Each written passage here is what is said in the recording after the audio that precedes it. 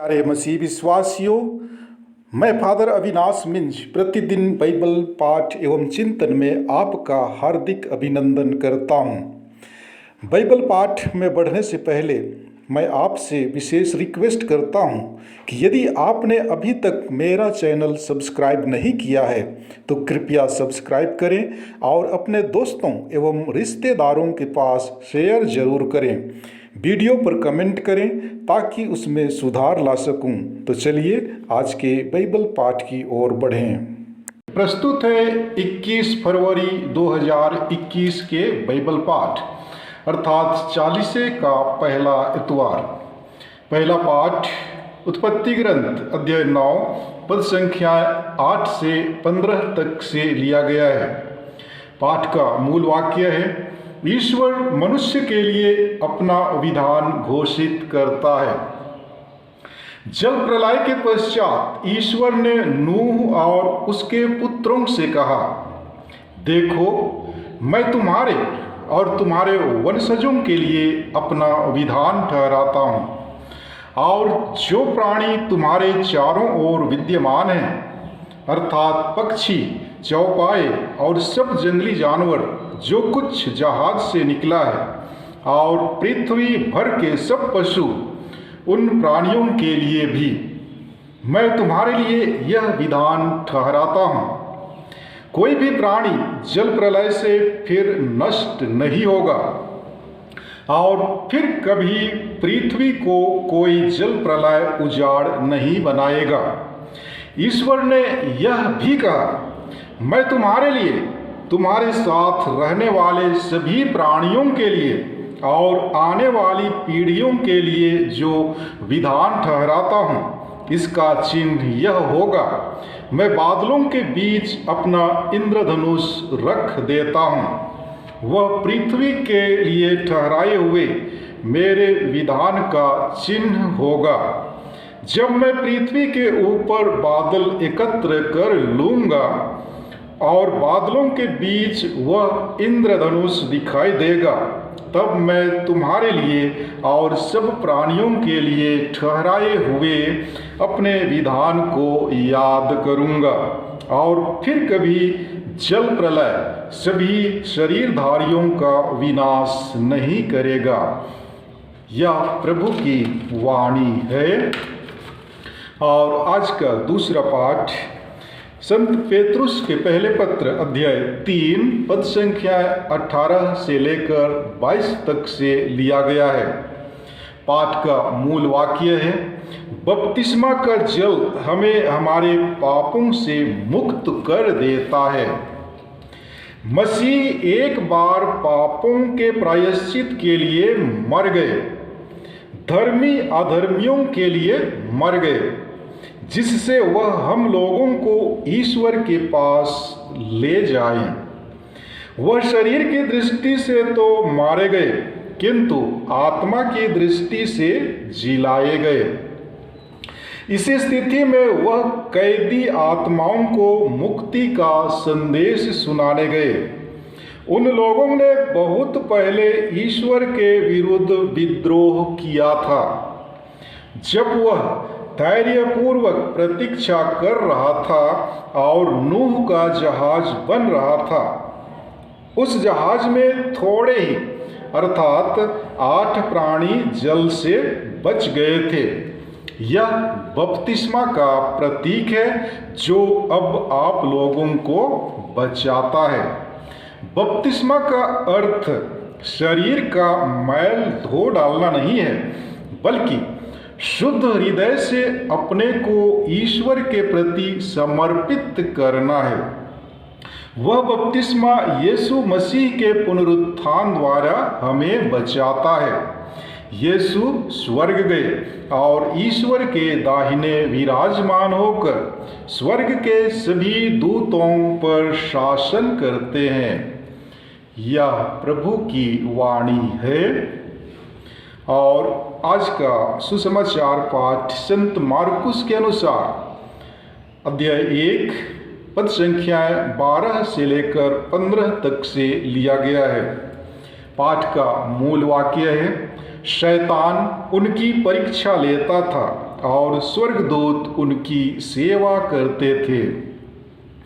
यीशु के बपतिस्मा के बाद आत्मा उन्हें निर्जन प्रदेश ले चला।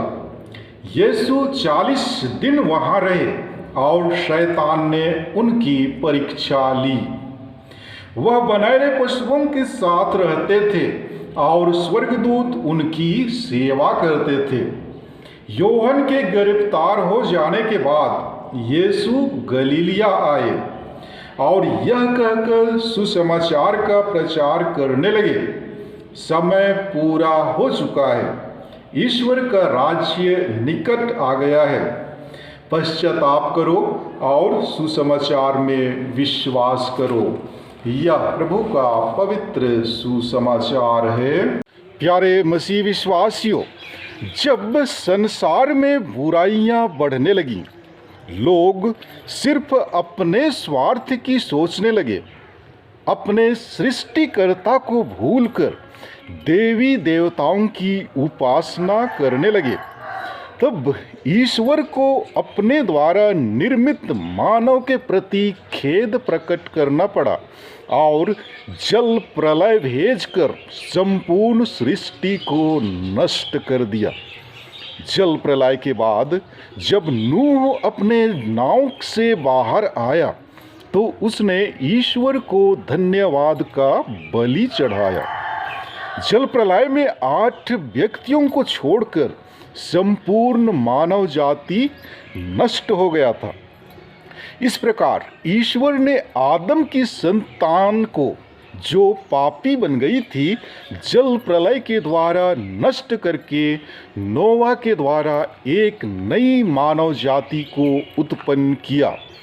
यदि हम आज के पहले एवं दूसरे पाठ पर दृष्टि डालें तो दोनों ही पाठों में जल का जिक्र किया गया है, जो बपतिस्मा का प्रतीक है।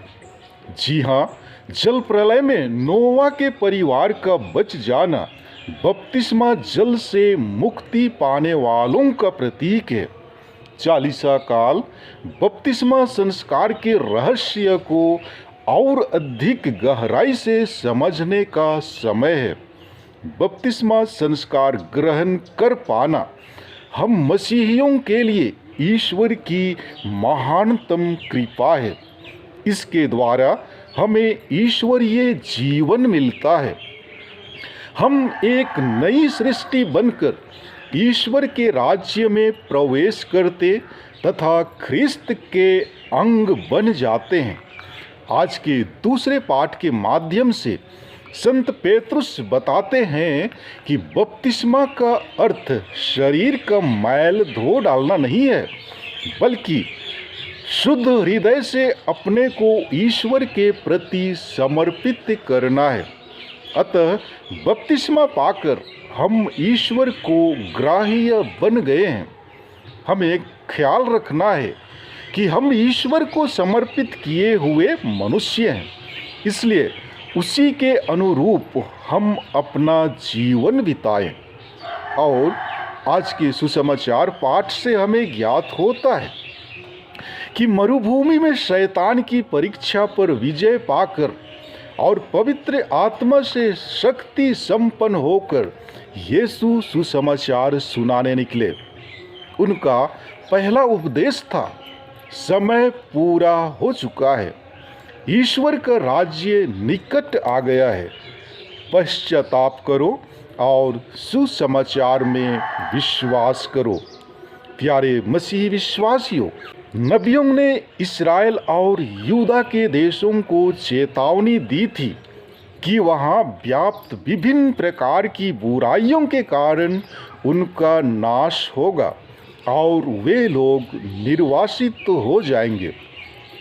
तब ईश्वर फिर से अपना आधिपत्य स्थापित करेगा और दाऊद के वंश को पुनः स्थापित करेगा। निर्वासन और गुलामियों के बीच इस्राएली लोग इसी का इंतजार करते रहे। आने वाला समय करीब आ ही चुका था। अतः ईश्वर के राज्य की नज़दीकी के कारण ईसा लोगों से 2 चीज़ों की मांग करते हैं, पश्चाताप और विश्वास। समय पूरा हो चुका है का अर्थ यही है कि ईश्वर द्वारा ठहराया हुआ वह निर्धारित समय आ गया है। प्रभु यीशु ईश्वर के राज्य की स्थापना करने जा रहे हैं और उस राज्य में प्रवेश पाने के लिए अपने पापों के लिए पश्चाताप करना है, अपने जीवन से सभी बुराइयों को निकालकर बाहर फेंकना है और एक नए जीवन को अपनाना है। वह जीवन जो यीशु द्वारा बताए गए सुसमाचार के अनुकूल हो। सुसमाचार में विश्वास करना यीशु में ही विश्वास करना है। अतः जो यीशु को ग्रहण नहीं करेगा उसे मुक्ति नहीं मिलेगी। प्यारे मसीह विश्वासियों, हम ख्रिस्तीय विश्वासी प्रभु के द्वितीय आगमन की प्रतीक्षा में हैं और इसी विश्वास के साथ हम जीते हैं कि प्रभु यीशु जीवितों एवं मृतकों का न्याय करने पुनः आएंगे। जी हाँ प्यारे मसीह विश्वासियों, जिस तरह पुराने व्यवस्थान में इस्राएली मुक्तिदाता की प्रतीक्षा में थे, उसी प्रकार हम ख्रिस्तीय भी प्रभु के द्वितीय आगमन की प्रतीक्षा में हैं। आज हमें विश्वास करने की आवश्यकता है कि वह दिन दूर नहीं, इसलिए हमें सुसमाचार पर विश्वास करना और अपने पापों के लिए प्रायश्चित करने की आवश्यकता है। आज हम 22वीं शताब्दी में जीवन यापन कर रहे हैं। यदि हम आज के इस युग और नोवा के युग की तुलना करें तो हम पाएंगे कि अभी और उस समय के व्यक्तियों में कोई फर्क दिखाई नहीं देती है।